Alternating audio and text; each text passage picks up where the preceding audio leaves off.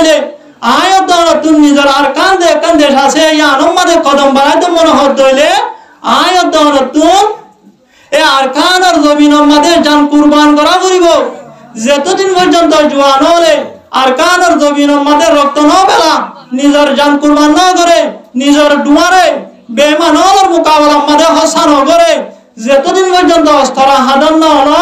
আল্লাহর কসম করে হইতে আরকান দেন আছেন আজাদ নইব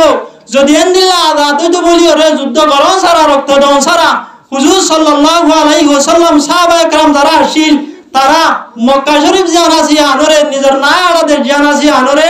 এন্দিল্লা রক্ত দন সারা আজাদ গরিবাত কি না পাইতো যায় পাইতো এতলা আল্লাহ পাক রব্বুল আলামিন আরা প্রত্যেক জনরে